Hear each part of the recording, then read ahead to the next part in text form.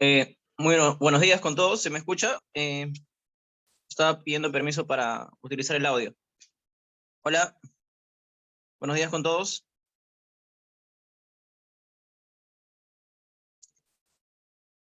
Hola, ¿se me escucha? Ok, muchas gracias. En primer término, agradecer la invitación nuevamente al Instituto Magíster.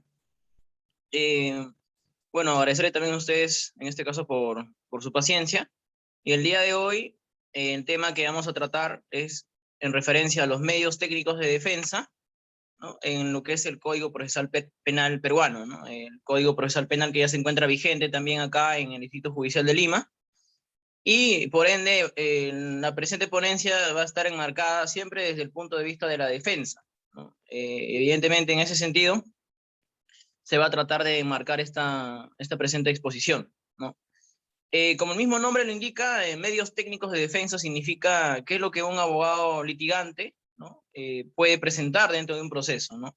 Qué medios o qué escritos, por ejemplo, ¿no? O qué es lo que puede hacer un abogado netamente con el Código Procesal Penal peruano en el proceso penal peruano, ¿no? Recordemos que aquí en Lima ya está vigente el nuevo Código Procesal Penal, ¿no? Recién hace poco, ¿no? Y creo que también algunos de ustedes ya están trabajando o han postulado, ¿no? Y evidentemente uno sabe, ¿no? Uno sabe cuál es la labor que va a desarrollar cada sujeto procesal, es decir, el fiscal, ¿no? El juez, ¿no? Y en este caso también el abogado litigante, ¿no? Y por ende, el Código Procesal Penal peruano, a diferencia del antiguo código, ¿no? Estipula que cada sujeto procesal tiene un rol, tiene un deber, ¿no? Es decir, por ejemplo, que el Código Procesal Penal peruano estipula qué es lo que puede hacer un juez, ¿no? Dentro del Código Procesal Penal, dentro del Código Procesal Penal, ¿no? Y qué es lo que puede hacer un fiscal también, ¿no?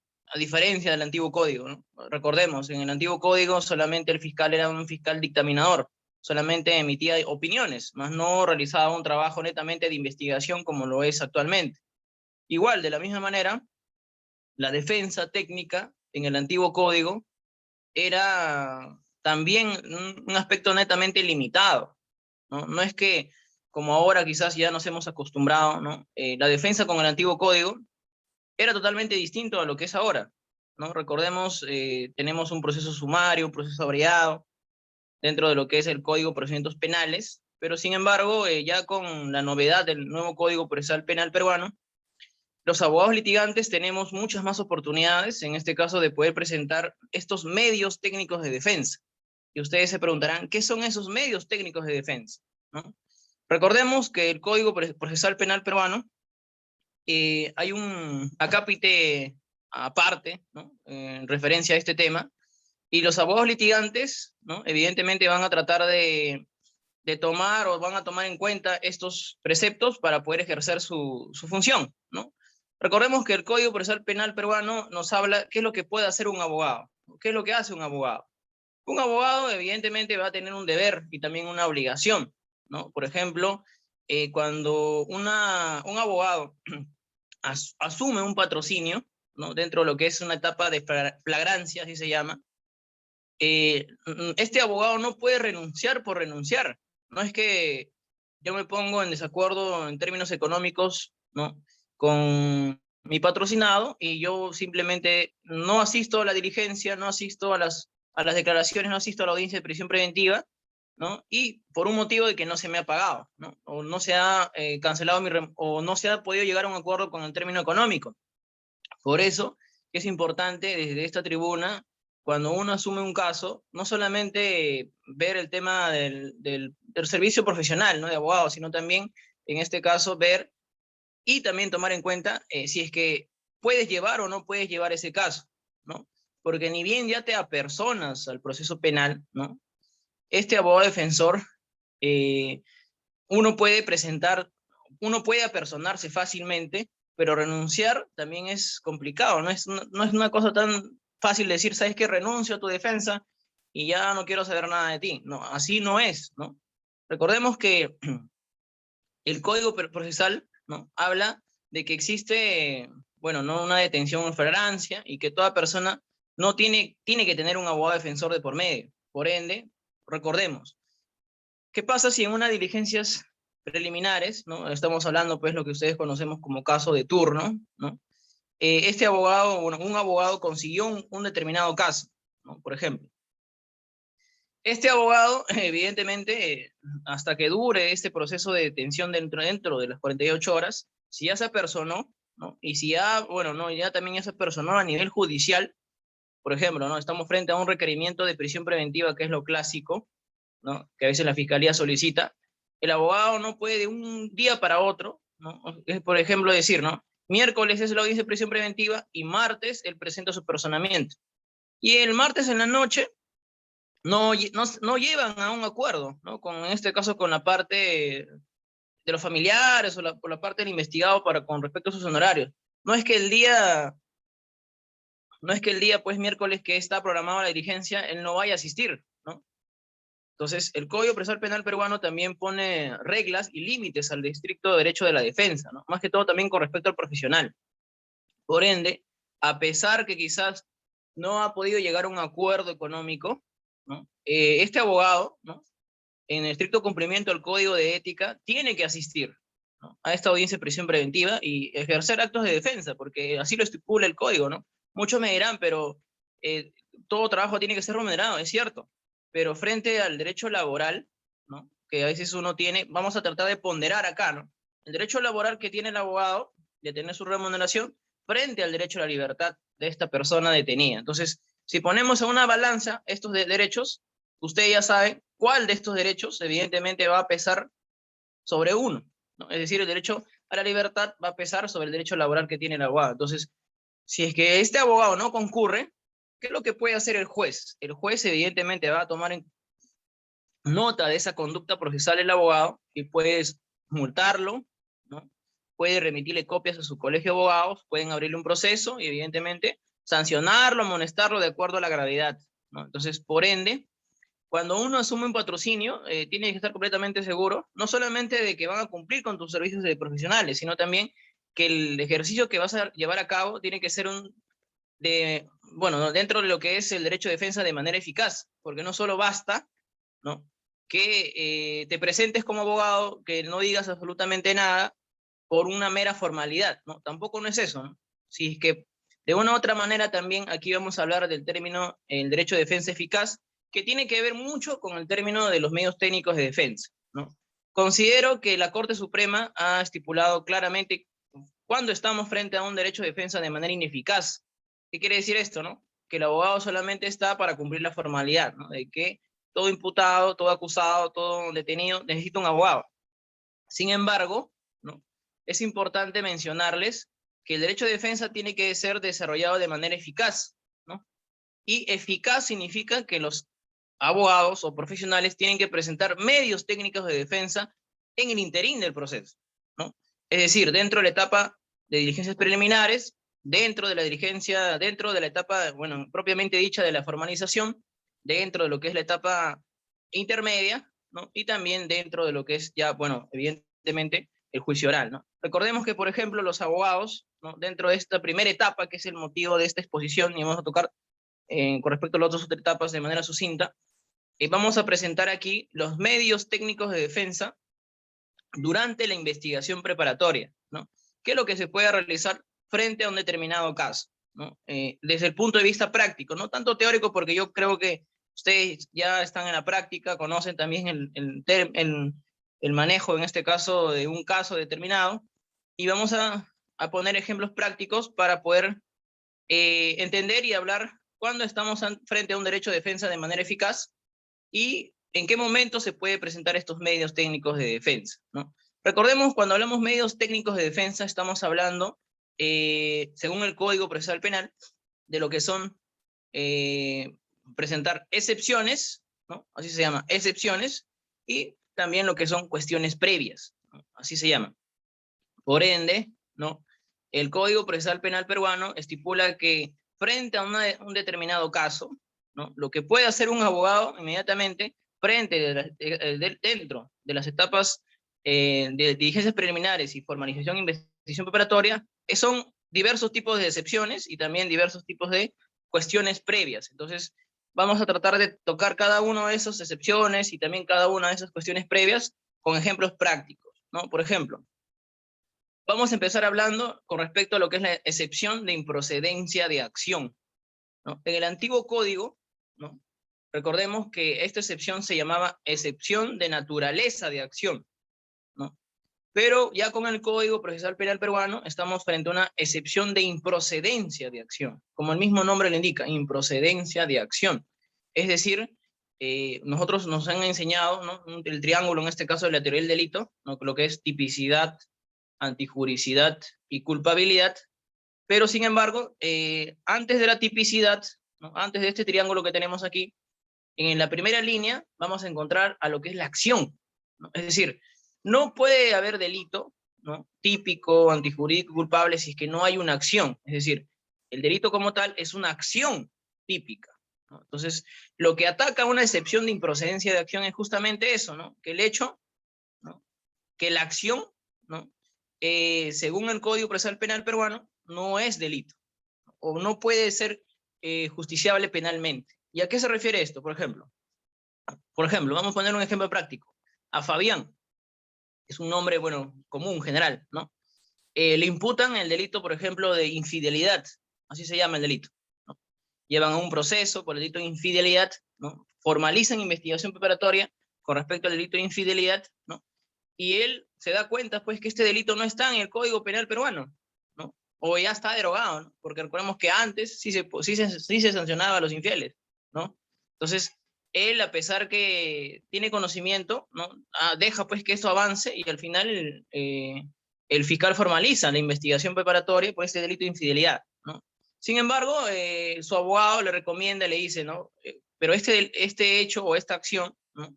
Puede ser sancionable moralmente, pero sin embargo no está en el Código Penal, ¿no?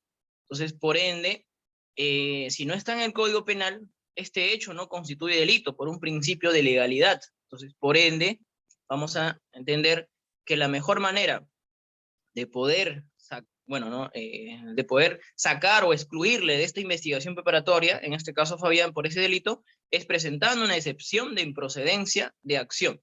Entonces, vamos a, con respecto a este hecho, ¿no? Infidelidad. Ahora vamos a un ejemplo mucho más práctico en la vida real, ¿no? Como por ejemplo lo que es el delito que muchos no conocían, que era un delito, por ejemplo, vamos a entender el delito, por ejemplo, de estafa, por ejemplo, ¿no?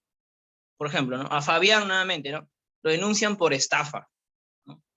Y frente a este hecho, en primer término vamos a ver si el principio de legalidad, ¿no? Si está en el Código Penal peruano o no está en el Código Penal peruano, ¿no? Evidentemente el delito de estafa sí está en el Código Penal peruano. Entonces, por ende, ustedes me dirán, pero doctor, entonces ya no puedo presentar una excepción de improcedencia de acción. Es totalmente falso, ¿no?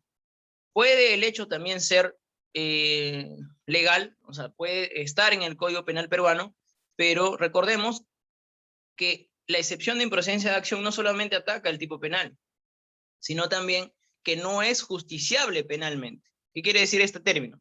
Que no es justiciable penalmente, es decir, a ti no se te puede imputar este hecho porque simplemente, por ejemplo, no estuviste en el lugar de los hechos, ¿no? Es como, por ejemplo, a Fabián lo denuncian por estafa, ¿no? Pero sin embargo, él no se encontraba en el lugar de los hechos, ¿no?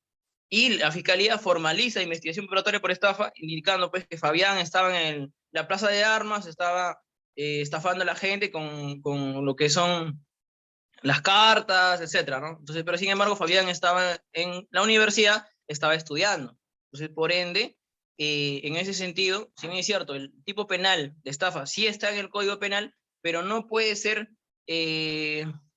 bueno, no, en este caso no puede ser, no le puede ser imputado porque simplemente no estuvo, pues, en ese momento. Entonces, recordemos que para que se configure, uno tiene que presentar una excepción de improcedencia de acción en ese sentido. Por ende, la excepción de improcedencia de acción es, para mí, el medio técnico de defensa más eficaz, ¿no? Que puede, en este caso, constituirse dentro de un proceso penal con la finalidad de excluir dentro de la investigación preparatoria, ¿no?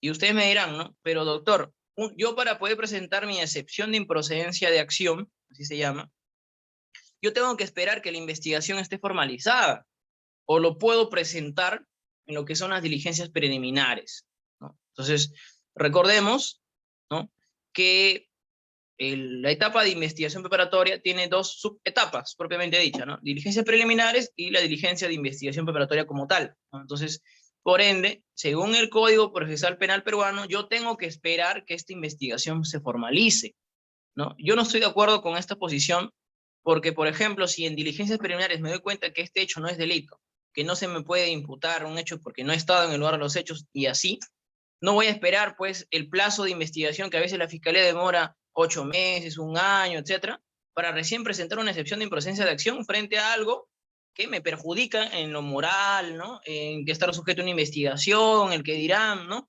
Entonces, por ende, el Código Procesal Penal peruano solamente estipula que la excepción de improcedencia de acción solo puede presentarse en lo que es en la etapa de investigación propiamente dicha, es decir, después de la formalización.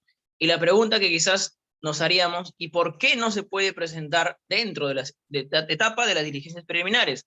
¿Cuál es el motivo? ¿Cuál es la razón? ¿Por qué el legislador ha dispuesto este razonamiento, ¿no? Entonces, por ende, uno tiene que realizar con ejemplos prácticos por qué motivo, ¿no?, los legisladores, bueno, que en este caso son los encargados de hacer las leyes, no permiten esta variación, ¿no? Porque recordemos, una cosa es la teoría y otra cosa es la práctica, ¿no? Una investigación preliminar, propiamente dicha, bueno, ¿no?, el plazo es 60 días.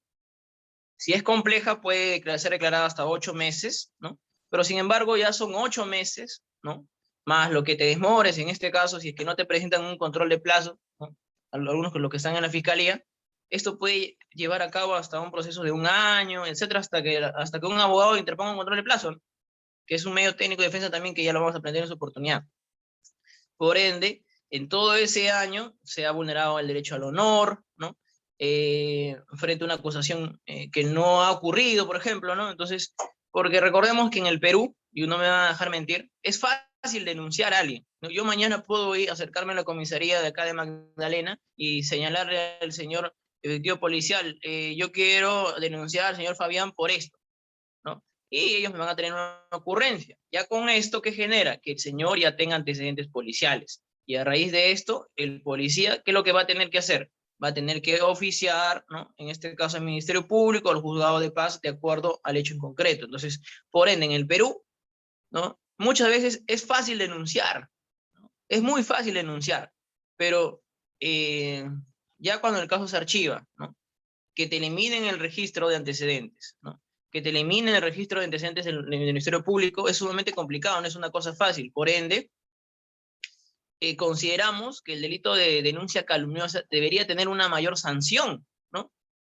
¿No creen ustedes? Al menos en ese sentido, porque recordemos que cualquier persona puede denunciar un hecho determinado, ¿no?, que para ellos constituye un delito. Pero sin embargo, si se dan cuenta, no constituye delito desde el mismo punto de vista estricto y legal, ¿no? Y no vamos a tener que esperar todo un proceso penal, ¿no?, para recién poder dictaminar. Entonces, la mejor manera de poder cuestionar este hecho frente a una denuncia injusta, frente a una denuncia arbitraria, una denuncia en ese sentido, es poder presentar una excepción de improcedencia de acción dentro de las etapas de diligencias preliminares.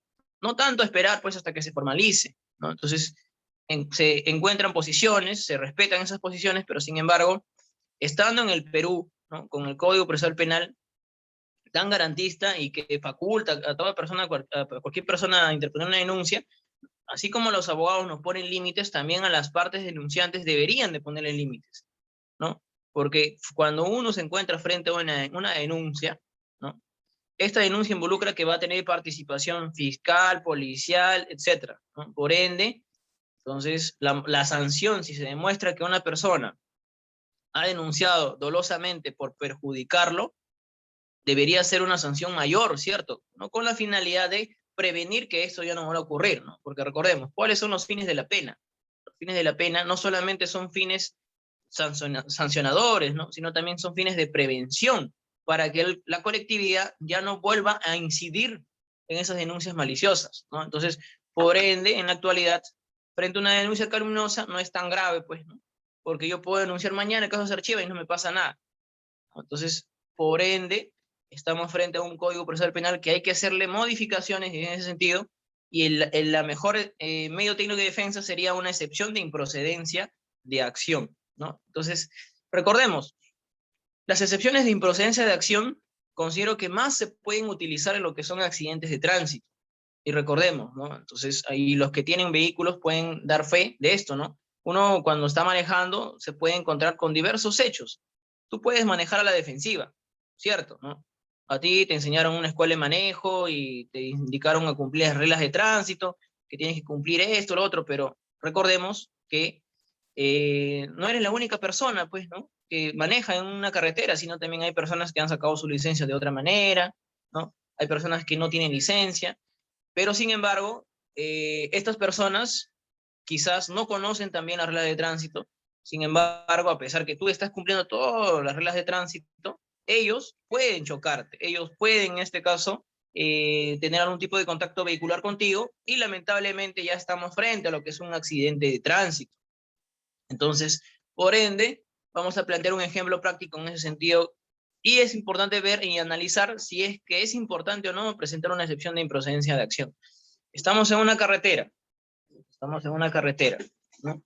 Y vemos, ¿no? Que la luz verde es para nosotros, está, bueno, no ya verde, ¿no? Entonces, ¿eso qué involucra el mensaje? Que tú debes avanzar. Pero sin embargo, ¿qué pasa?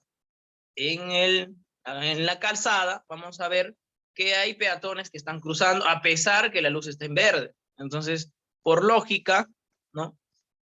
Tú no le vas a pasar por encima, ¿no? Porque el reglamento de tránsito indica que siempre la preferencia del paso lo va a tener el peatón, ¿no? A pesar que esté infringiendo una norma, en este caso administrativa, del semáforo, ¿no? Pero, sin embargo, ¿qué pasaría frente a un hecho donde un vehículo está tan apurado, ¿no? Está tan apurado de ir a su lugar, a su destino, que ve verde y acelera y automáticamente pues atropella a alguien, ¿no? Entonces, el que estaba manejando puede decir en su defensa, oye, pero yo aceleré porque ya había cambiado la luz, ¿no? Estaba rojo, ahora está verde, ¿no? Entonces había un punto ciego y yo no vi a esa persona cruzar, y es más, ¿cómo esta persona va a cruzar si estamos pues frente a una luz verde para nosotros y una luz roja para los peatones? Entonces, por ende, igual ya se causó el accidente de tránsito, ¿no? Ya se causó el accidente de tránsito y por ende también ya va a haber todo un proceso de investigación, porque se activan los SOA, se llaman a la Policía Nacional, ¿no? Se intervienen los vehículos, se incautan los vehículos, te trasladan a la comisaría, ¿no? A pesar que quizás, como yo les he indicado, la norma te dice luz verde, ¿no? Luz roja, así como ahora, ¿no? Pero sin embargo es importante determinar, ¿no? En este caso en específico, dentro de lo que son accidentes de tránsito, vamos a hablar de qué manera una excepción de improcedencia de acción te puede ayudar o no te puede ayudar, ¿no? Porque recordemos, el Código Penal, un poco de teoría, nos habla de lo que es la víctima imprudente, ¿cierto, no? No sé si se habrán escuchado de ese término, la víctima imprudente, ¿no? O también en este caso, vemos pues, ¿no? Este tipo de víctimas son las que propiamente mismas se generan ese mismo daño, ¿no? Por ende, si encontramos en este caso un peatón que se ha cruzado ha cruzado la luz roja, ¿no? Y bueno, estaba verde para los vehículos, entonces en ese interín, lo que se puede presentar, si es que ya se formalizó el caso, ¿no? Es poder presentar evidentemente una excepción de improcedencia de acción, ¿no? Y cuestionar, ¿no? En este caso, el comportamiento que tuvo el peatón, el comportamiento que tuvo la víctima, en este caso, víctima imprudente sería, ¿no? Entonces, por ende, nuestra excepción de improcedencia de acción se va no tanto en el sentido de que el hecho no constituye delito, porque sí hay un accidente de tránsito, sí está en el Código Penal, pero que no puede ser justiciable penalmente. ¿Por qué motivo? Porque no ha habido ningún tipo de responsabilidad administrativa, ¿no? Ni penal, en el sentido de que tú has encontrado la luz verde, ¿no? Y simplemente no te has percatado, porque siempre cuando uno maneja hay puntos ciegos, ¿no? Y por ende también este peatón se ha generado un propio daño, ¿no? Su actitud ha generado un propio daño. Entonces, dentro de lo que es una excepción de improcedencia de acción, se puede al menos, considero yo, salvo mejor parecer de ustedes, que sí se puede presentar una excepción de improcedencia de acción en ese sentido, ¿no? Por ende, es importante poder identificar en qué momento podemos presentar esta excepción de improcedencia de acción, ¿no? ¿Por qué? Porque podemos echarle la responsabilidad, ¿no? Evidentemente, si es que ha sido así, ¿no? Pero es necesario poder presentar en ese tipo de escenarios, ¿no? Porque recordemos, los accidentes de tránsito ocurren a diario y evidentemente siempre el peatón va a tener la preferencia de paso, siempre, ¿no? Pero si tú no te percataste, tú no te percatas, ¿no? O en todo caso, la infracción ha sido propia del peatón, entonces no te pueden generar algún tipo de responsabilidad penal frente a ese hecho. Entonces, por ende, es importante poder entender que esta excepción de improcedencia de acción tiene que presentarse en el momento oportuno y dentro de la etapa de formalización de investigación preparatoria propiamente dicha, ¿no? Entonces, vamos a hablar en ese sentido también, no solamente de delito de accidentes de tránsito, sino también de lo que son en delito de corrupción de funcionarios, por ejemplo, ¿no? Que es un delito más complejo, que quizás también ustedes saben lo que es peculado, colusión, ¿no? Negocio incompatible, esas cosas, que también a veces los abogados presentan excepciones de improcedencia de acción. ¿Y por qué motivo? ¿No? Ustedes me dirán, pero doctor, dentro de una etapa bueno, dentro de una excepción de improcedencia de acción, no se puede cuestionar el dolo, no se puede cuestionar la culpa, ¿no? Solamente ahí ven el tipo penal, ¿no? Pero no es tan cierto eso, ¿no? Porque también recordemos que los juzgados muchas veces tienen criterios distintos. No es que un juzgado pensó de esta manera en Lima y vas a señalar que como este juzgado pensó así en Lima, en otro distrito judicial puede pensar de la misma manera, porque también pueden tener posiciones encontradas, ¿no? Entonces, por ende, es importante poder presentarlo igual de todas maneras y para saber cuál es el razonamiento del caso. Te puedes declarar infundada esta excepción de improcedencia de acción, pero en el pronunciamiento de esta excepción de improcedencia de acción ya te dan luces, ya te dan raíces, ¿no? ¿Cómo piensa ese juez con respecto a este caso? ¿No? Y de qué manera, qué otro medio de excepción tú puedes presentar más adelante, ¿no? Entonces, por ende, recordemos también que dentro de las excepciones que tenemos, ¿no? También vamos a encontrar lo que es una excepción de competencia, así se llama, ¿no? Que es lo clásico, ¿no? Y que también aquí existe una disyuntiva, ¿no? Por ejemplo, si hay un accidente de tránsito dentro de un límite, en un límite, ¿no? Muchas veces las comisarías van a lavarse las manos y van a decir, simplemente no es mi jurisdicción, no es mi competencia y simplemente no hago nada. Y recordemos que eso, a nivel administrativo, a nivel policial, está sancionado, porque no está bien, no puede estar dentro de tu competencia, pero si estás dentro de tus posibilidades de acercarte a ese lugar donde hubo un accidente de tránsito, no puedes simplemente decir no es mi competencia y no hacer nada, es mucho más grave aún. Por ende, recordemos que frente a una excepción de competencia, frente a un determinado caso, por ejemplo, el hecho ocurrió en Lima, pero a mí me abren investigación preliminar, ¿no? O preparatoria en este caso, dentro de en Huacho, por ejemplo, ¿no? Entonces, y el caso pues ya está formalizado, ¿no? El caso ya está formalizado, es más, ya está con control de plazo, está prácticamente ya para concluir investigación preparatoria, ¿no? Y uno de los abogados se da cuenta y dice, pero oye, pero si este hecho ha ocurrido en Lima, ¿por qué motivo te están investigando en Huacho, ¿no? Entonces, por él también uno tiene que analizar el caso en concreto, ¿no? No vaya a ser que sea un delito continuado, ¿no? Un delito permanente, que no solamente ha ocurrido en Lima, sino también en varias zonas del Perú. Y el último lugar donde ocurrió fue Huacho, ¿no? Entonces, pero si no es así, pero si no es así, vamos a entender de lo mejor en este caso es poder presentar una excepción de incompetencia, perdón, así se llama, ¿no? Con la finalidad de que la fiscalía, ¿no? En este caso, bueno, ¿no? El juzgado le ordena pues, a la fiscalía que derive todos los actuados a la fiscalía competente. Por ende, se gana tiempo también, ¿no? Se gana tiempo en ese sentido. Y por ende también se puede regresar toda la investigación, ¿no? A fojas 1, ¿no? A fojas 0. Por ende también es importante conocer y poder cuestionar, ¿no? Entonces, muchos abogados cuando advierten de algún tipo de errores de vicio procesal, simplemente dejan que esto avance, ¿no? Avance, con la finalidad de que llegue un determinado momento y piden la nulidad de todo, ¿no? Como por ejemplo, el abogado que se da cuenta pues que no fue notificado de manera formal el imputado, la parte agraviada, etcétera, se da cuenta de esto y no hace nada, ¿Por qué? Porque más adelante sabe que puede presentar un recurso de nulidad, pero yo considero de que si advertimos de un vicio procesal, hay que presentarlo inmediatamente, ¿no?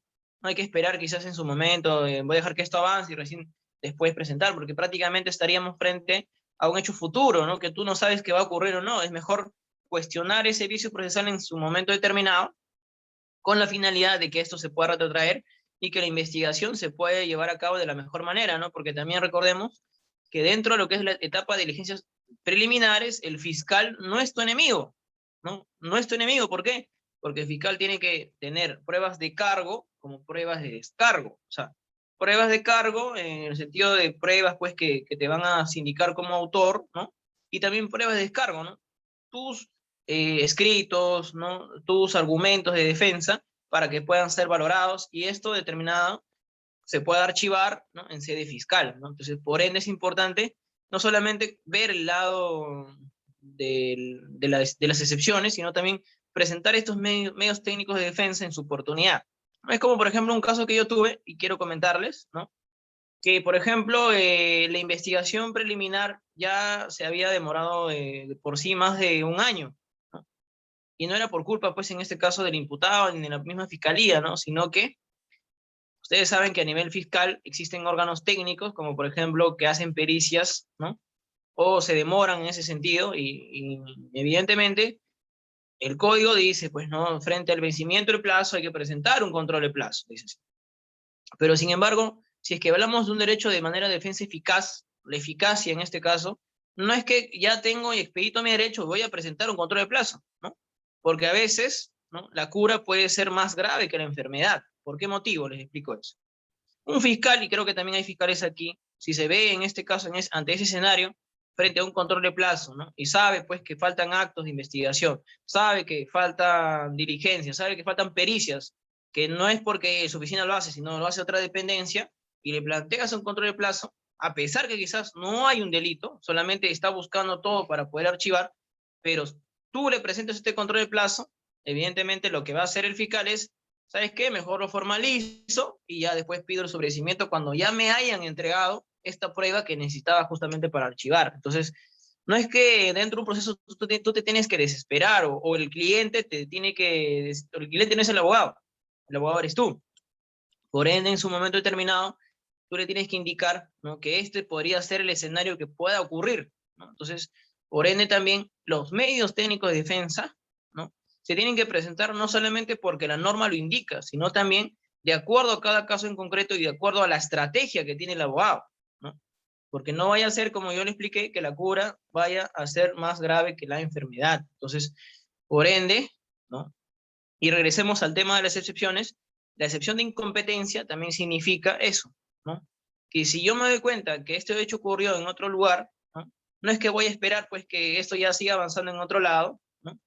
Y por ende, vamos a entender, ¿no? Que se tiene que presentar esta excepción de incompetencia en su momento determinado, ¿no? Con la finalidad que tú puedas defenderte, puedas presentar medios de defensa, ¿no? Y por ende se puede realizar de la mejor manera, ¿no? Entonces, recordemos también, bueno, ¿no? Frente a lo que es una excepción de competencia, ¿qué es lo que ocurre, por ejemplo? Sabemos, pues, ¿no? En lo que es en la tierra, ¿no? Pero recordemos qué pasan con los hechos que ocurren, por ejemplo, en un barco, ¿no? ¿Qué pasa, ¿no? En ese tipo de casos, ¿no? En un crucero, por ejemplo, ¿no? ¿Qué es lo que ocurre en ese tipo de casos, ¿no? Los cruceros, evidentemente, van por países, ¿no? ¿No? Y por ende también nuestro Código Penal, regresemos a la parte general, estipula ese escenario, ¿no? ¿Qué pasa si, por ejemplo, dentro de un crucero se comete un delito, ¿no? ¿Qué país va a asumir la competencia, ¿no? Por ejemplo, ¿no? Entonces, si no sabemos ese término de la competencia, de la jurisdicción, que es una cosa totalmente distinta, podemos entender, ¿no? Que, por ejemplo, frente a un determinado caso, solamente por la forma tú puedes ganar un caso, ¿no? Recordemos, jurisdicción y competencia son totalmente dos cosas distintas, ¿no? La competencia significa que el magistrado está capacitado justamente para poder llevar un caso, ¿no? En ese sentido.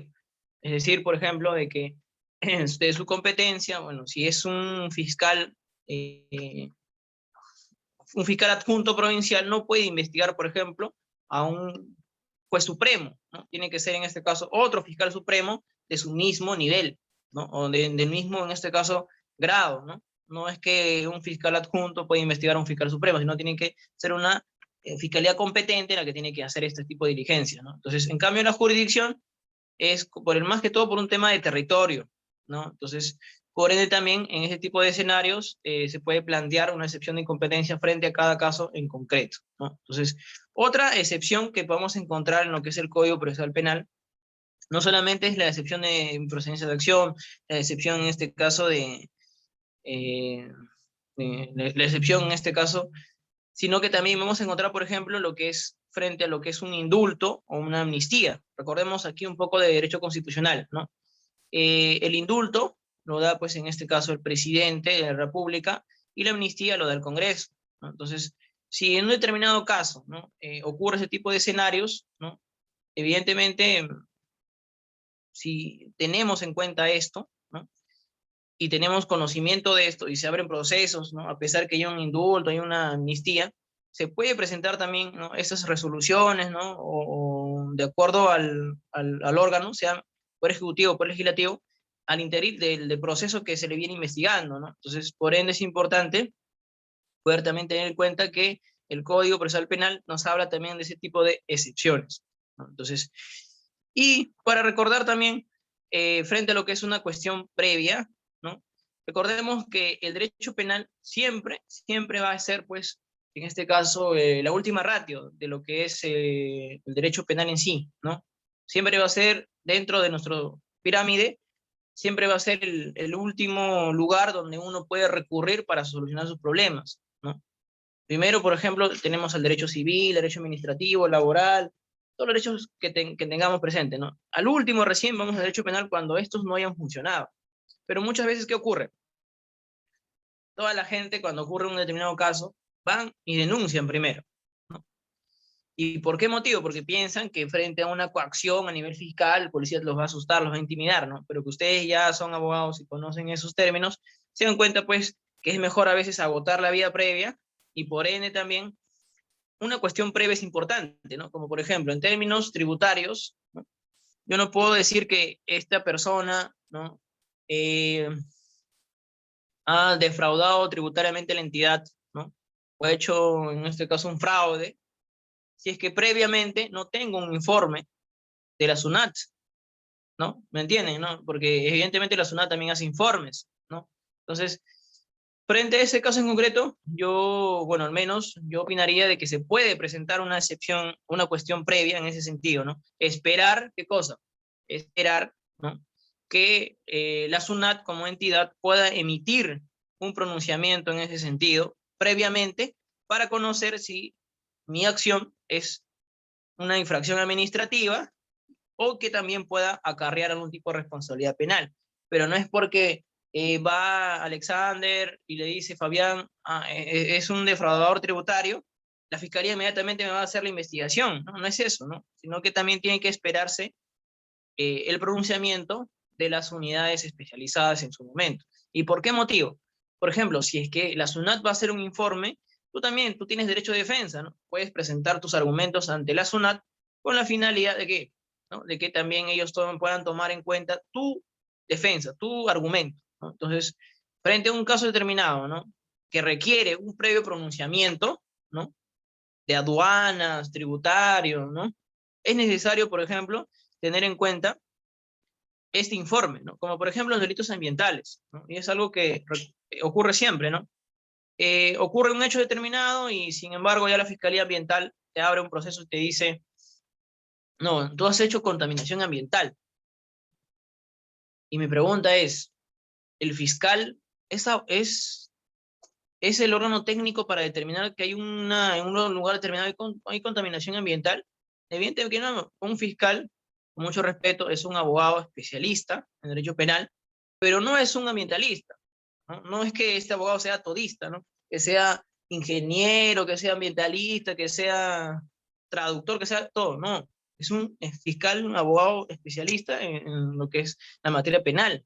Entonces, no es que frente a un caso determinado te piden y te van a imputar un delito de contaminación ambiental cuando es necesario, ¿qué cosa? Un informe, ¿no? En este caso del Ministerio del Ambiente, ¿no? De los órganos competentes como EFA, etcétera, ¿no? Entonces, y asimismo también, si tenemos certeza de esto, ¿qué es lo que puede ocurrir? Que es necesario previamente un informe de esas áreas, ¿no? Y también, por ejemplo, esto podemos plantearlo también desde otro punto de vista, en el punto de vista laboral, ¿no? Como por ejemplo, en el Código Penal también hay delitos laborales, ¿no? Pero no es que un fiscal te va a iniciar una investigación preliminar o preparatoria indicando pues que estás infringiendo alguna norma, ¿no? De contra, ¿no?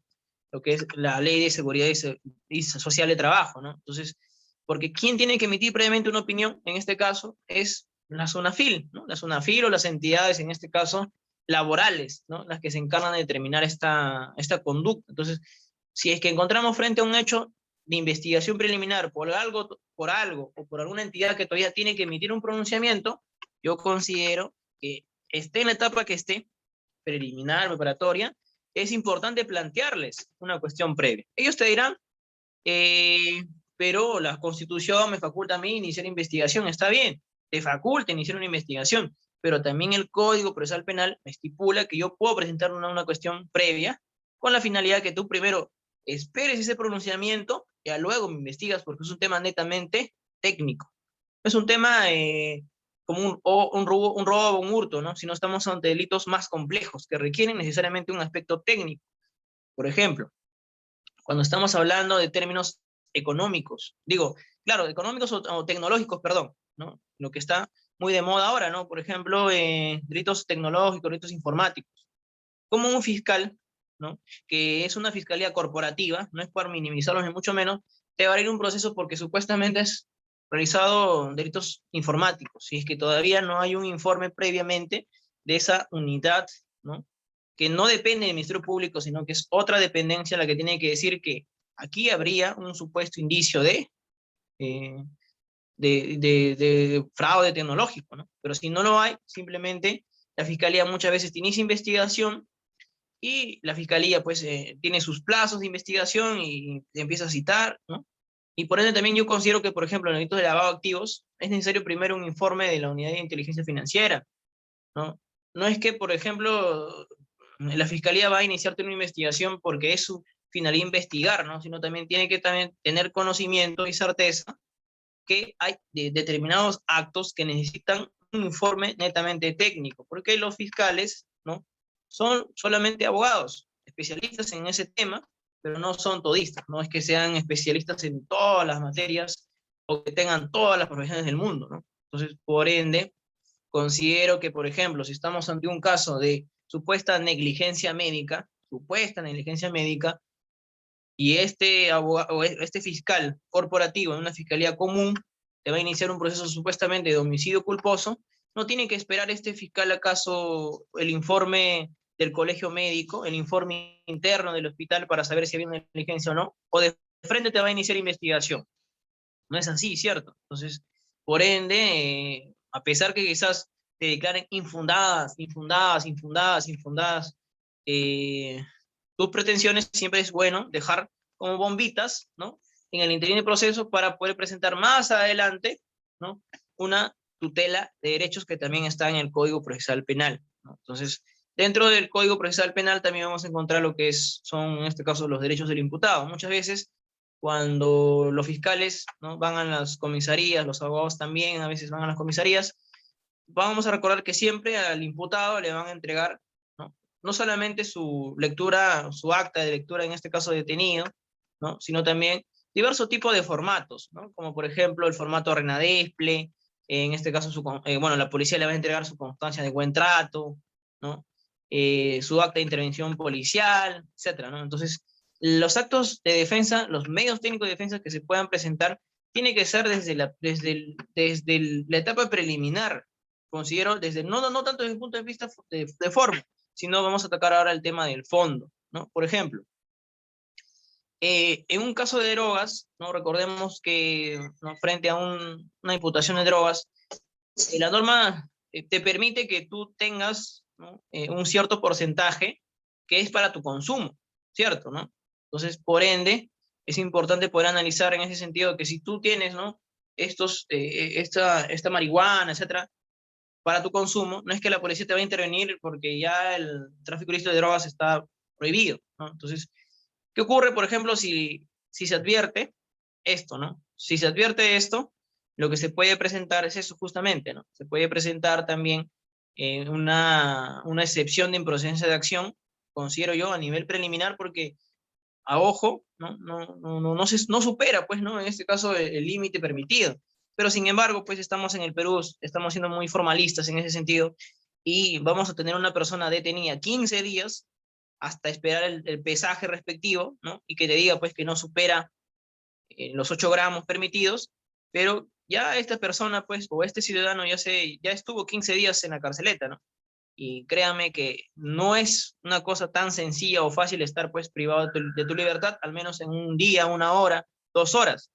Imagínese una persona con 15 días, ¿no? Entonces, muchas veces también, cuando ocurre ese tipo de arbitrariedades, muchos de los abogados les pueden decir en la vida, en la práctica, no, ¿sabes qué? Hay que interponer un habeas corpus, ¿no? Hay que interponer un habeas corpus porque mi profesor de Derecho Constitucional me ha indicado que este es el medio técnico de defensa mucho más rápido que los demás, porque va a hacer que el juez se vaya, pues, a la comisaría a ver el estado de mi patrocinado, ordene mis investigaciones rápido, ¿no? Cuando recordemos que en la práctica un habeas corpus prácticamente en la actualidad se ha convertido como un proceso civil. ¿Por qué? Demora, demora y demora. Es decir, tú presentas tu habeas corpus porque te han detenido arbitrariamente hoy día, ¿no? Sábado y domingo no trabajan, ¿no? Lunes y martes van a oficiar, van a notificar a los jueces, a los fiscales, a la policía que supuestamente te ha intervenido, y ellos van a tener que hacer sus descargos frente a esto, ¿cierto? ¿No? Entonces, pero al final la detención solamente duró 48 horas, o sea, hasta que ellos respondan, simplemente ya tú estás en libertad con una investigación preliminar en calidad de citado. Entonces, mi pregunta es, ¿van a presentar un medio técnico de defensa porque solamente está en el código o tiene que presentarse de manera eficaz y en el momento oportuno también y ver su eficacia? Si es eficaz o no es eficaz en ese sentido, ¿no? Entonces, vamos a ver aquí, por ejemplo, Melanie Lázaro comenta, ¿no?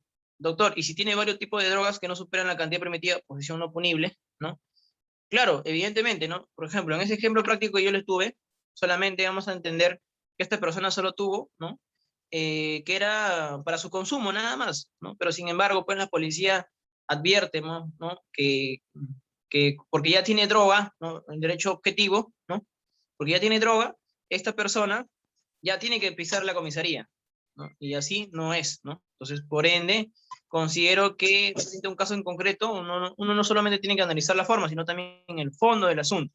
Entonces, lamentablemente, el Código Procesal Penal tiene que haber modificaciones en ese sentido, ¿no? Tiene que permitirse plantear excepciones de improcedencia de acción en la etapa preliminar.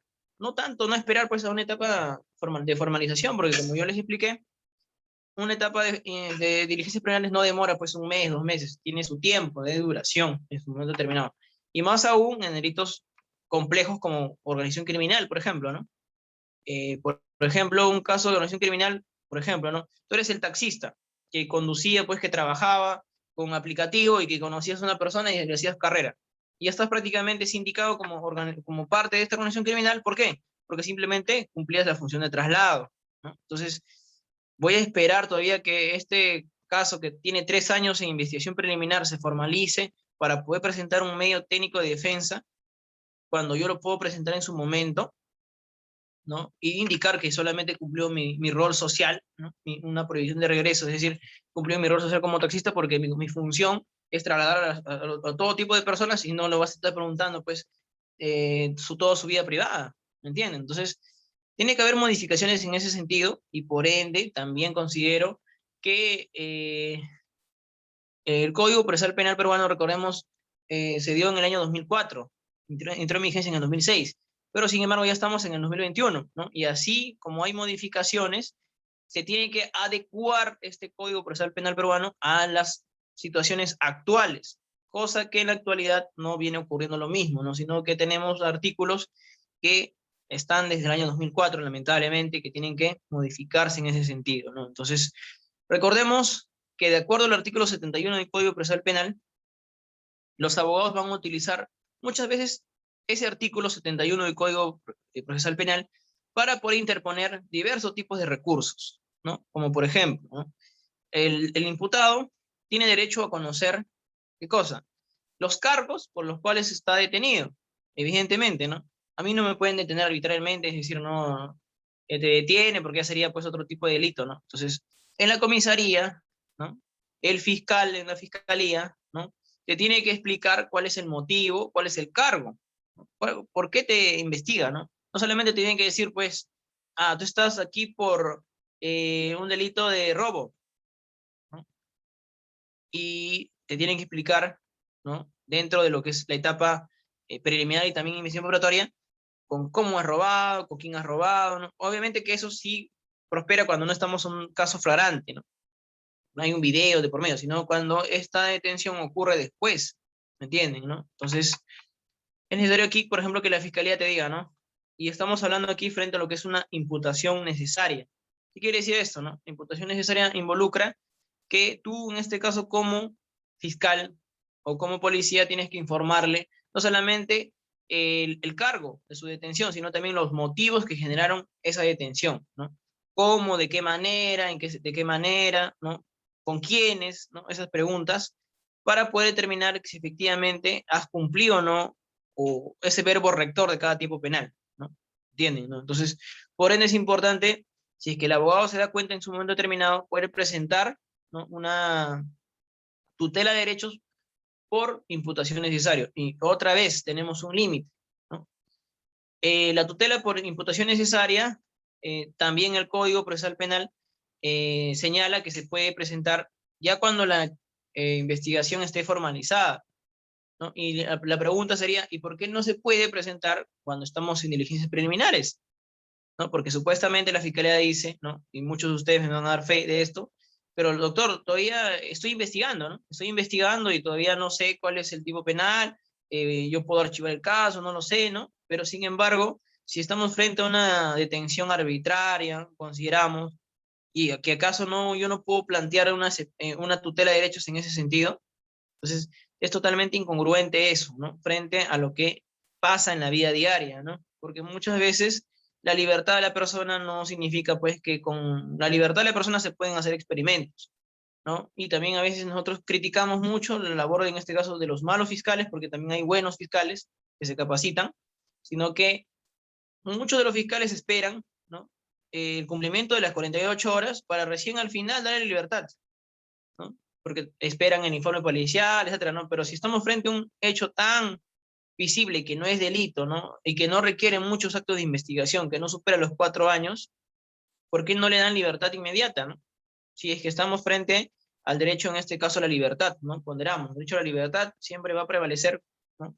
Con respecto a otros derechos de mínimo rango, ¿no? Entonces, por ende, es importante cuestionar y decirle, ¿no? El fiscal, ¿por qué no liberas a mi patrocinado si ya se cumplió la finalidad de la investigación? Ya está el informe policial de ayer.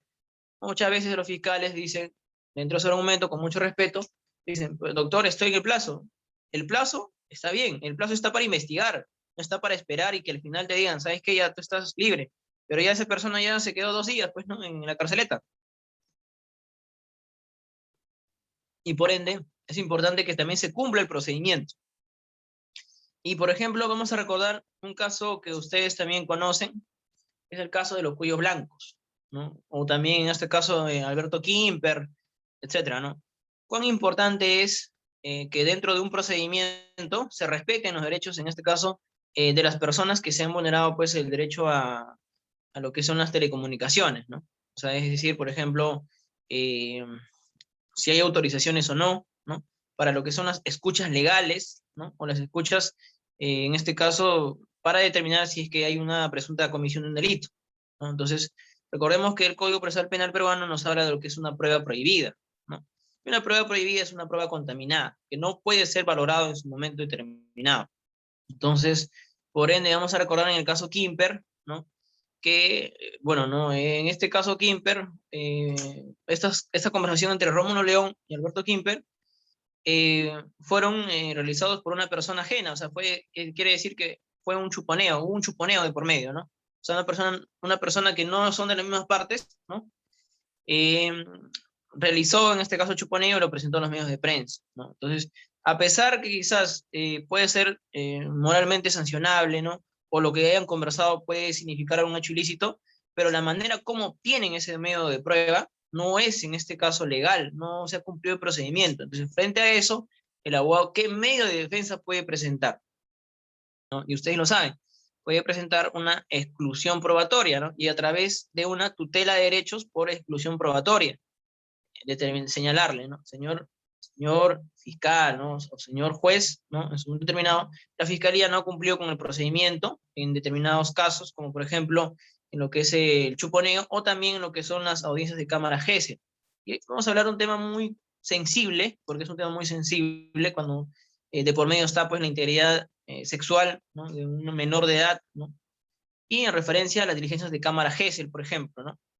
La diligencia de cámara GESEL lo realizan seres humanos, por ende, pueden haber errores de forma, de fondo, dentro del procedimiento, ¿no? Entonces, si a pesar que el menor declaró, ¿no? Eh, que fue producto de una violación o todo lo que sea con respecto al delito de daño sexual, pero si se llevó a cabo mal en la cámara GESEL, ¿no?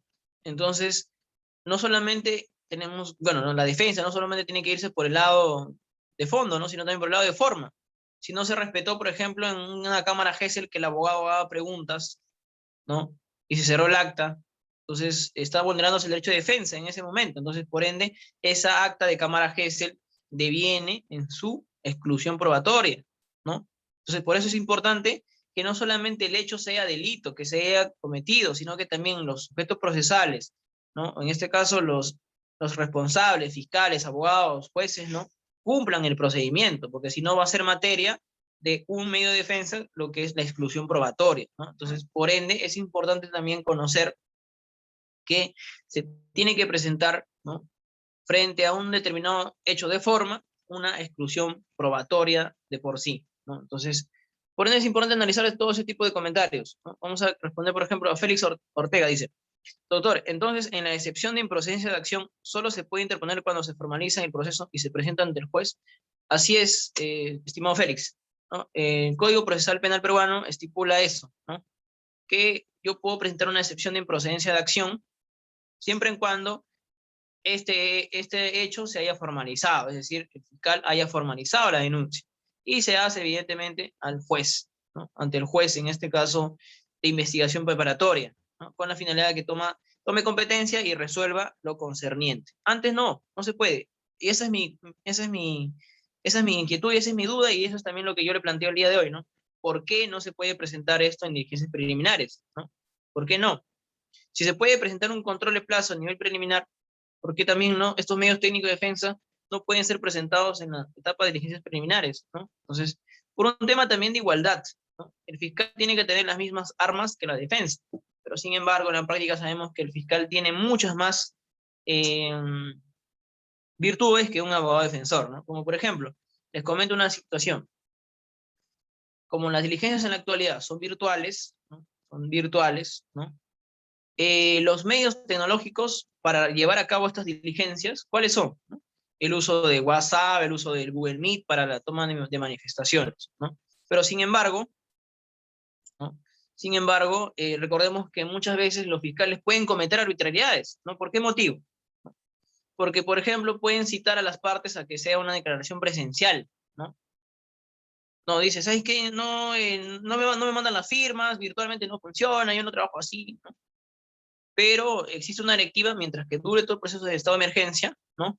No vas a llevar a una investigación presencial a una persona vulnerable, ¿no? Sería contraproducente, porque si bien es cierto, la finalidad de la investigación, y ponderamos nuevamente, ¿no? Está acá, pero el derecho a la salud de esta persona, evidentemente, siempre le va a ganar, pues, el derecho de la investigación de la fiscalía, ¿no? Por ende, también el fiscal tiene que adecuarse a eso, ¿no? Entonces, si vamos a entender todo este proceso de esta charla, siempre vamos a encontrar derechos, ¿no? Que se pelean entre ellos, ¿no? Y por ende, uno va a ganar, ¿no? Entonces, así también tenemos que hacer una ponderación de derechos frente a cada caso en concreto, ¿no? Entonces, es importante también que, si bien es cierto, existe lo que es la virtualidad, los fiscales tienen que entender de que es la mejor manera en la actualidad de que las diligencias se pueden llevar a cabo, porque todavía no, sí es cierto, ya todos están vacunados, ¿no? Pero no es que ya debemos de bajar la guardia y poder, en este caso, plantear diligencias presenciales, ¿no? Porque pueden también cuestionarte a nivel administrativo, control interno, etcétera, ¿no? Entonces, es muy importante también eso en ese sentido. Nuevamente, Félix dice, doctor, en la etapa preliminar, cuando el fiscal realiza toda la investigación, ¿cuál es el papel del abogado del denunciante? Si se entiende que el fiscal realiza toda la investigación y busca todas las pruebas, ¿no? En la etapa preliminar, ¿no? El abogado defensor puede hacer muchas cosas, ¿no? No solo, bueno, sin cierto, no puede presentar excepciones en su momento porque ya los comenté, pero lo que sí puede hacer es presentar escritos.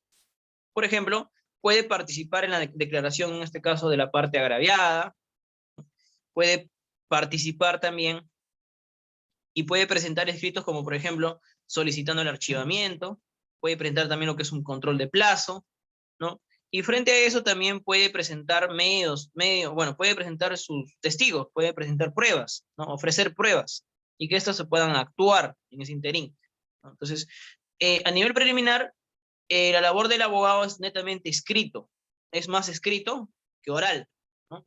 O también, bueno, puedes sacar una entrevista, ¿no? Y en esa entrevista explicarle, pues, ¿no? El caso determinado.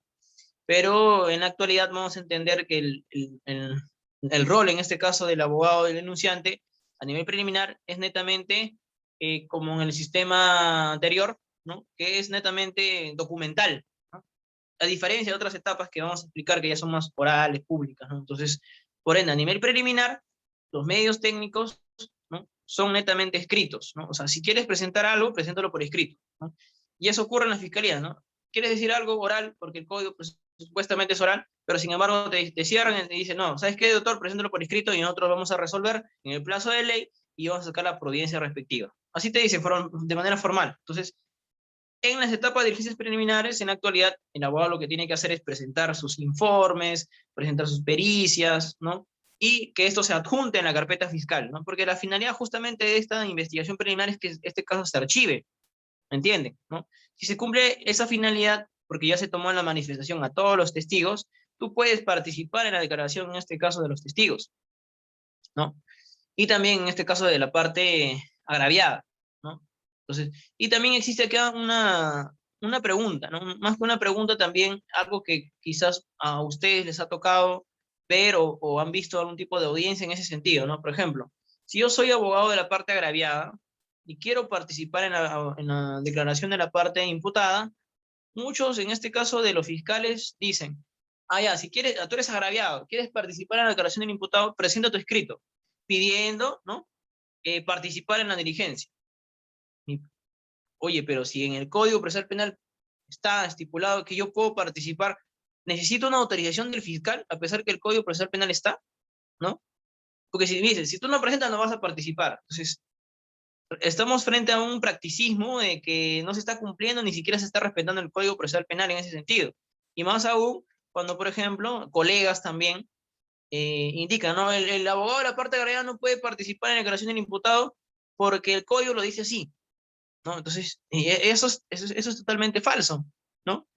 El código plantea una excepción, ¿no? Una justificación en ese sentido, pero solamente para los coautores, no para los demás sujetos procesales. Entonces, es importante hacerle no solamente una interpretación literal al Código Procesal Penal, sino también una interpretación teleológica, ¿no? Que busca la finalidad, ¿no? Entonces, por ende, es importante no quedarnos en ese escenario, ¿no? Entonces, frente a lo que es un escrito, ¿no? Un pedido, en este caso, de exclusión probatoria, es necesario también tener en cuenta que el abogado del denunciante, en este caso del denunciado, puede hacer esos actos de defensa, ¿no? Entonces, si nos ponemos el rol de la parte agraviada, evidentemente tu labor va a ser más de contribución a la fiscalía, porque para la fiscalía, lamentablemente, eres un caso más, ¿no?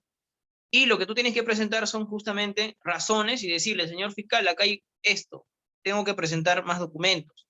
Usted tiene que tomarle en manifestación a estos testigos, o sea, tu defensa tiene que también ser activa en ese sentido, ¿no?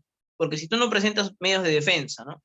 Y no le presentas argumentos al fiscal, el fiscal simplemente puede archivar el caso porque no hay suficientes elementos de convicción, ¿no? Porque el fiscal puede decir, yo voy a hacer estas diligencias y las hace, pero tú en tu mente tienes otras diligencias, tú también puedes solicitar, ¿no? Puedes solicitar al fiscal por su intermedio que plantee o que realice ese tipo de diligencias. Entonces, por ende, es importante, ¿qué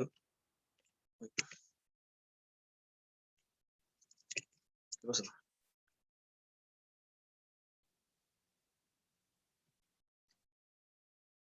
Ya, ¿se escucha? ¿Sí, no? Ya.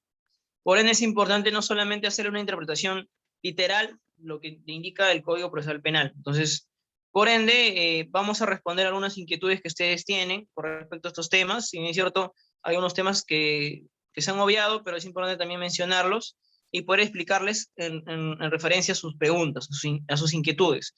En esa línea, ¿habrá algún tipo de inquietud o pregunta con respecto a lo que se ha venido comentando, algún tema que quizás ustedes deseen que ahonde un poco más?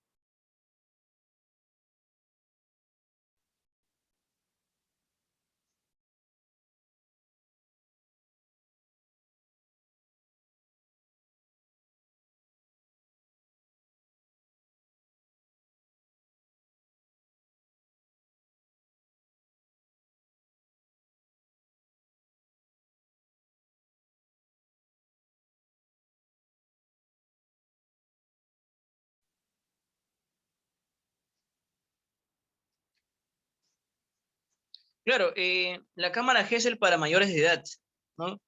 Es un tema muy cuestionable porque, por ejemplo, ocurre pues una violación sexual, ¿no? Y la violación sexual puede ser a mayores como a menores de edad, ¿no? En el caso de las personas mayores de edad, en ese sentido también considero, ¿no? Que por un tema más que todo de reserva a la identidad y por el delito mismo, también tiene que llevarse a cabo, si es que son personas mayores de edad, ¿no? Pueda plantearse, en este caso, esa diligencia, pues, en la Cámara Gesell, ¿no? No hay ningún problema en ese sentido. Y es más, he visto casos también que por violencia familiar están haciendo audiencias de Cámara Gesell en ese sentido. Entonces, no es novedad que solamente es para menores de edad, sino también es para personas mayores de edad que sean vulnerables y como que se le den las garantías en ese caso, ¿no? Entonces, sí puede realizarse audiencias de Cámara Gesell para mayores de edad, ¿no?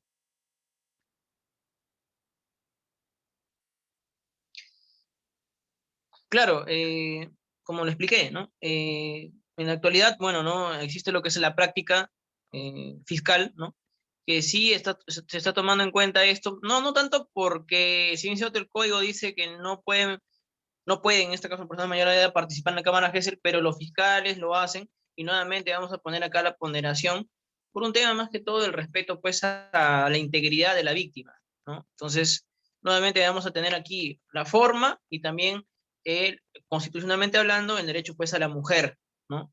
Eh, por su condición de género, ¿no? Por un tema más que todo de respeto a su integridad sexual, que obviamente que le va a ganar, pues, simplemente a un decreto legislativo, ¿no? Que es el Código Procesal Penal. Entonces, por ende, sí es factible que se puedan realizar diligencias de cámara Gesell para mayores de edad solamente en ese tipo de delitos sexuales, más no en otro tipo de delitos, como por ejemplo puede ser hurto, robo o cualquier otro delito. Solamente delitos sexuales sí está permitido en la utilización de cámara Gesell, ¿no? Doctor, ¿qué haría frente al caso que mencionaba usted, que no le deja de estar presente el abogado en las declaraciones de la otra parte mientras no presente un escrito? Claro, evidentemente es importante, ¿no? Que frente a ese caso determinado, ¿no? O frente a las diversas solicitudes que tú le plantees al fiscal y el fiscal te diga, no, que tienes que presentar previamente un escrito, ¿no? Evidentemente, muchas veces es importante dejar constancia, ¿no? Es importante dejar constancia al término de esa manifestación o antes, ¿no? De la conducta que viene asumiendo, pues, ese despacho fiscal, ¿no? Entonces, eh, muchas veces hablamos de la finalidad, ¿no? Y si tu finalidad es justamente participar, ¿no? No es que necesariamente vas a presentar un escrito, ¿no? Muchas veces te van a mandar el link, ¿no? A través de Google Meet. Entonces, tú lo que vas a hacer es entrar a ese enlace y previamente, antes que empiece toda la diligencia, tú tienes que explicarle, pues, al señor fiscal o al asistente que te está tomando la manifestación y decirle, señor fiscal, voy a participar a esta diligencia porque el Código Procesal Penal me permite, no, su despacho no va a emitir una disposición distinta a lo que dice el Código Procesal Penal. Y si usted le emite, voy a interponer la queja respectiva ante control interno porque es una indebida actuación que usted viene realizando, ¿no? Entonces, si usted no me va a dejar participar, voy a que se deje constancia en ese sentido, ¿no? Entonces, busca la manera de poder, en este caso, dejar constancia siempre de esa actitud, ¿no? Y es cierto, ¿no? Como dice, en la práctica no te envían el link, dice ahí, ¿no? No te envían el link. Y eso es más grave aún, ¿sabe por qué? Porque si no te envían el link, ¿no? Lo que tú puedes hacer es plantear una tutela de derechos en su momento, ¿no? Una tutela de derechos pidiendo la nulidad de toda la diligencia. Entonces, al fiscal muchas veces no le conviene que se declare nulo todo lo actuado, ¿no? Entonces, frente a eso en concreto, lo que ustedes pueden presentar es una nulidad más que todo, ¿no? Una nulidad o una tutela de derechos también en ese sentido, ¿no? Una nulidad porque no te han mandado el link pese a que has mandado tu correo o pese a que el Código Procesal Penal lo permite, ¿no? Entonces, pero previamente, antes de presentar esos documentos, ustedes tienen que hablar con el asistente o con la fiscalía, ¿no? Si van a hacer una defensa activa, no esperen pues que el fiscal te envíe el enlace si es que nunca has conversado o has llamado al anexo, ¿no? De esa fiscalía, ¿no? Entonces, un abogado responsable, un abogado en este caso, tiene que tener la certeza de que le van a informar, ¿no?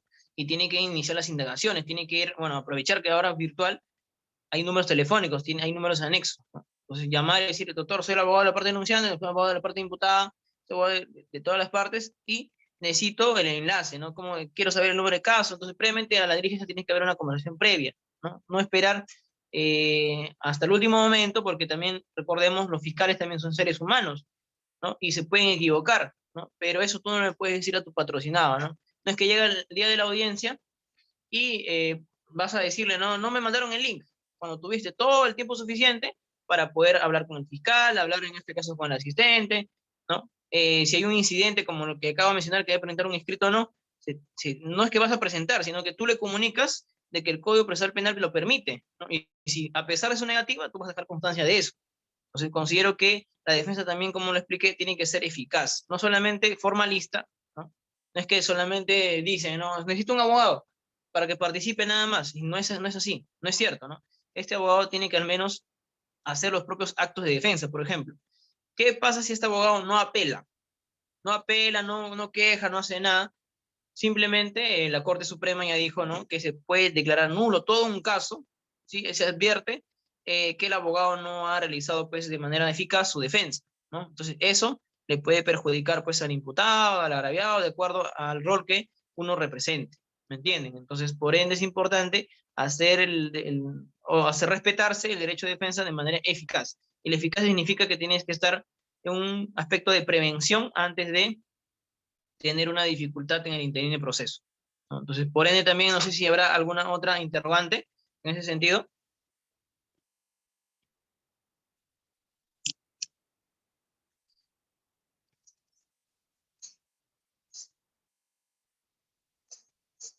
Así es, José Hidalgo.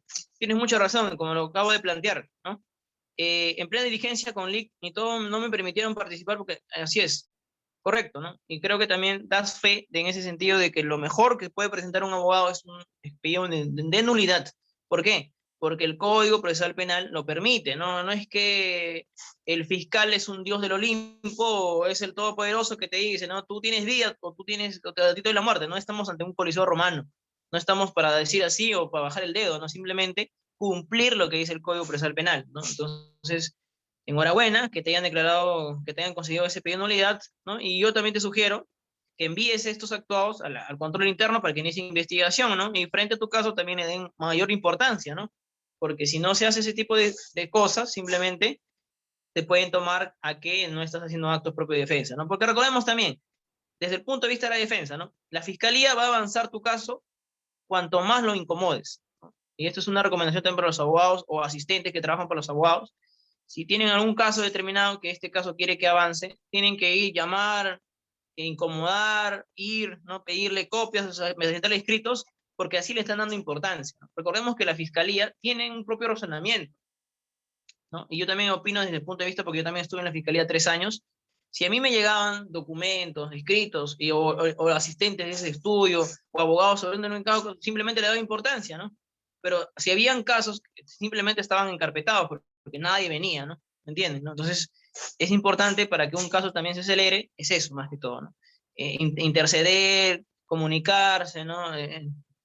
Que siempre el asistente fiscal se acuerde de tu caso, ¿no?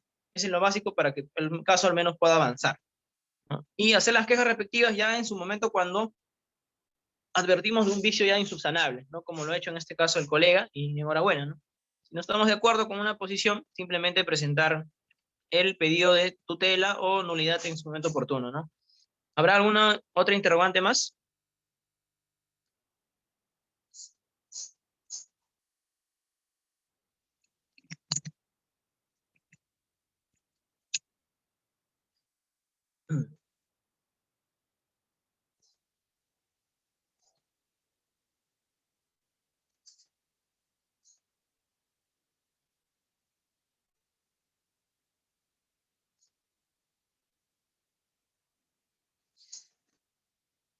Así es, Félix. A ver, Félix nos dice algo interesante, ¿no? Dice, el fiscal también es muy apegado siempre hacia una de las partes, y porque al formalizar siempre pide la pena más gravosa. El fiscal, eh, el fiscal en la etapa de diligencias preliminares es imparcial, ¿no? Ya cuando el fiscal formaliza ya deja de ser imparcial, obviamente, ¿no? Pero lo que tenemos que buscar, y si encontramos que en la etapa de diligencias preliminares este fiscal se ha parcializado, lo único que nos queda solamente es ir al control interno, decirle, señor fiscal superior, control interno. Lo que pasa en este caso es que, a pesar que el Código Procesal Penal dice, ¿no?, que el fiscal debe ser imparcial, porque recibe pruebas de cargo y descargo, este fiscal solamente hace pruebas de cargo y no hace pruebas de descargo. Por ende, está infringiendo un mandato constitucional, ¿no? Entonces, por ende, ya le pueden abrir un proceso en ese sentido. Y hasta tú puedes pedir una exclusión de fiscal bajo ese argumento, ¿no? ¿Entienden, no? Entonces, es importante poder también tener esa certeza de lo que se viene ocurriendo en la actualidad, ¿no? Doctor, ¿existe algún requisito específico para poder solicitar eliminar antecedentes, estos en el nivel de fiscalía? Claro, claro, claro que sí. Eh, Cuando un caso se archiva, ¿no? No solamente esperen que ese caso se archive, ¿no?, sino también que este caso se haya consentido. ¿Qué quiere decir esto, no? Si es que ustedes advierten que el caso se ha archivado, pidan también el escrito eh, en este caso, de consentimiento. Y ya cuando tengas ese escrito, lo tienes que pedir por escrito sí o sí, ¿no? En este caso al despacho fiscal, ¿no? Y a veces este despacho fiscal te hace llenar un formato, ¿no? Y en la actualidad sí se puede eliminar el registro de antecedentes de la fiscalía, sí se puede revisar eso, ¿no? Pero tienes que presentarlo por escrito, ¿no? Y tienes que adjuntarle, pues evidente, o mencionarle la disposición de archivo y la disposición de consentimiento que ya se ha realizado. Por ende, es importante también que no solamente se elimine el sistema de antecedentes, sino también que tú presentes una denuncia calumniosa, ¿no? Porque ya el caso se archivó y tienes respeto tu derecho a presentar una denuncia calumniosa en ese sentido, ¿no? Entonces, considero que en la actualidad sí se puede eliminar ese registro de antecedentes, porque recordemos que el sistema de gestión fiscal ahora está cambiando bastante, y ahora lo que sí es necesario poder, tienen una orden, pues en este caso el fiscal provincial emite una disposición y te eliminan el registro de antecedentes en la fiscalía, ¿no? A ver, vamos a ver. María dice, con respecto a la cámara GESEL, unas niñas en mi ciudad Piura mintieron y al final se descubrió que sus padrastros nunca les hicieron tocamientos indebidos, dice acá, ¿no? Ya. ¿Cómo puede mejorar esto para que no mientan? Dice, ¿no? Claro, evidentemente, ¿no? Por eso es que es necesario que el abogado defensor participe de la cámara GESEL, ¿no? Porque recordemos, pues, con mucho respeto a mis colegas de la defensa pública, ellos simplemente no hacen preguntas porque solamente cumplen su finalidad y listo. Es una crítica así que siempre hago. No es la primera vez que hago esta crítica.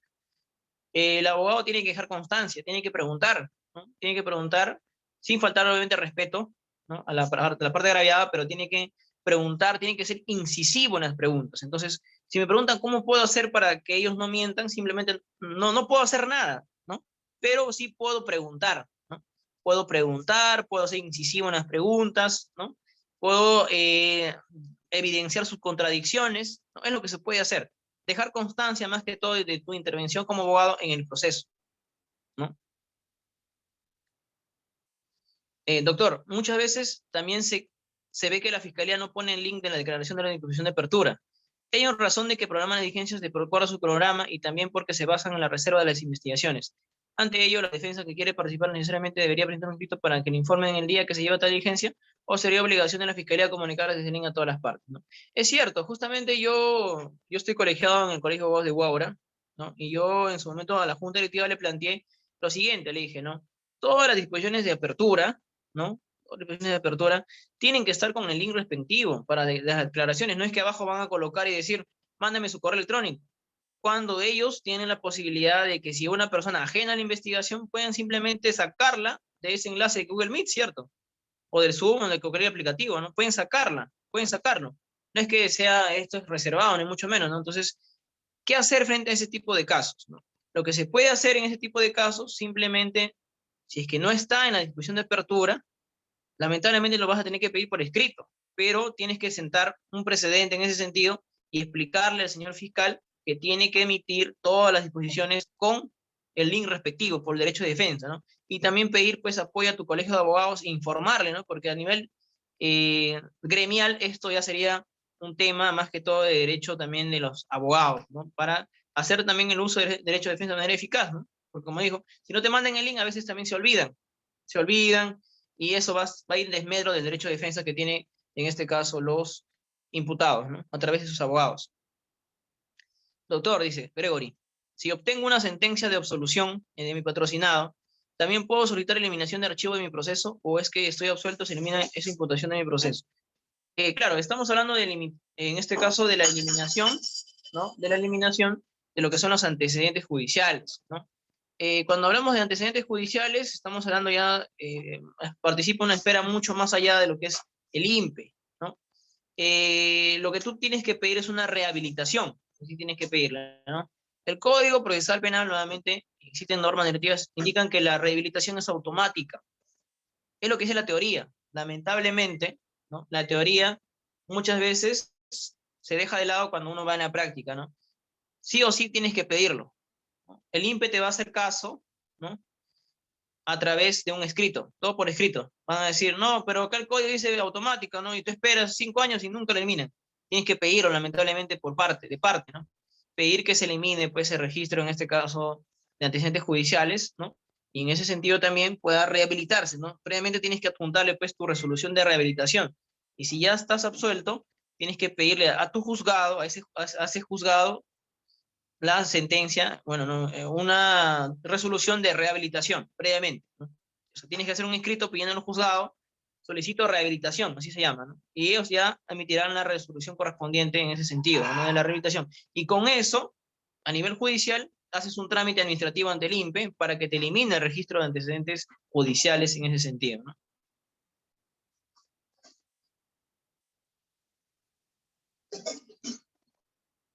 Así es. Entonces, si no hay otra interrogante, acá hay. Félix dice, doctor, ¿el fiscal puede proponer una formalización del proceso solo con una prueba testimonial de la víctima y que las pericias psicológicas no demuestran afectación a la víctima? En este caso, el delito era por tocamientos. Entonces, ¿en qué clase de delitos son suficientes o no las pruebas propuestas por el fiscal? Aquí vamos a hablar, lo que ustedes ya conocen es el Acuerdo Plenario 2-2005, ¿no? Acuerdo Plenario 2-2005, donde nos habla de la sindicación, en este caso de la víctima, ¿no? El del agraviado, cuando solamente el único testigo del hecho es la misma agraviada, ¿no? Entonces, aquí vamos a entender este acuerdo plenario, que lo lean, 2-2005, habla sobre la incredibilidad subjetiva, uno, que dice que entre el imputado y el agraviado no tiene que haber relación de odio, enemistad, amistad, enojo, etcétera, ¿no? Si advertimos un vicio, por ejemplo, que se llevan mal, podemos cuestionar eso, ¿no?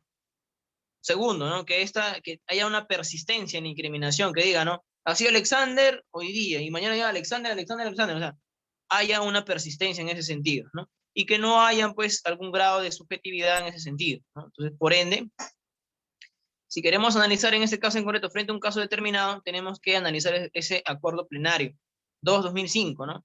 Porque si es la única imputada, la única realidad que indica que ha pasado este hecho, simplemente se puede buscar algún tipo de relación víctima, odio, enemistad, para determinar que este hecho ha surgido por un tema subjetivo y no por un tema objetivo, ¿no? Entonces, ¿Qué clase de delitos son suficientes o no las pruebas propuestas por el fiscal, ¿no? Claro, como le indiqué, el fiscal dentro de sus facultades puede formalizar, ¿no? Y si formaliza con lo que tiene, simplemente también tú puedes en su momento determinado pedir la exclusión. Pedir la exclusión de acuerdo porque no hay suficiente elemento de convicción y pedir en este caso también a nivel judicial el sobreseimiento, ¿no? Y vas a pedir el sobreseimiento, si que ya formalice el fiscal, indicándole que el fiscal pues no ha cumplido, ¿no? Con adjuntar mayores elementos de convicción.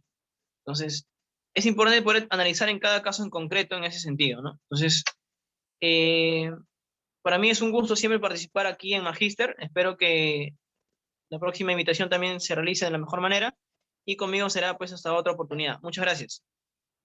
Estimado doctor Alexander Izquierdos y Fuentes, el Instituto de Formación Jurídica Magíster le da las gracias por la excelente ponencia brindada el día de hoy. Asimismo, esperamos volver a contar con su participación en próximos eventos académicos que viene organizando el Instituto Magíster. Saludos cordiales.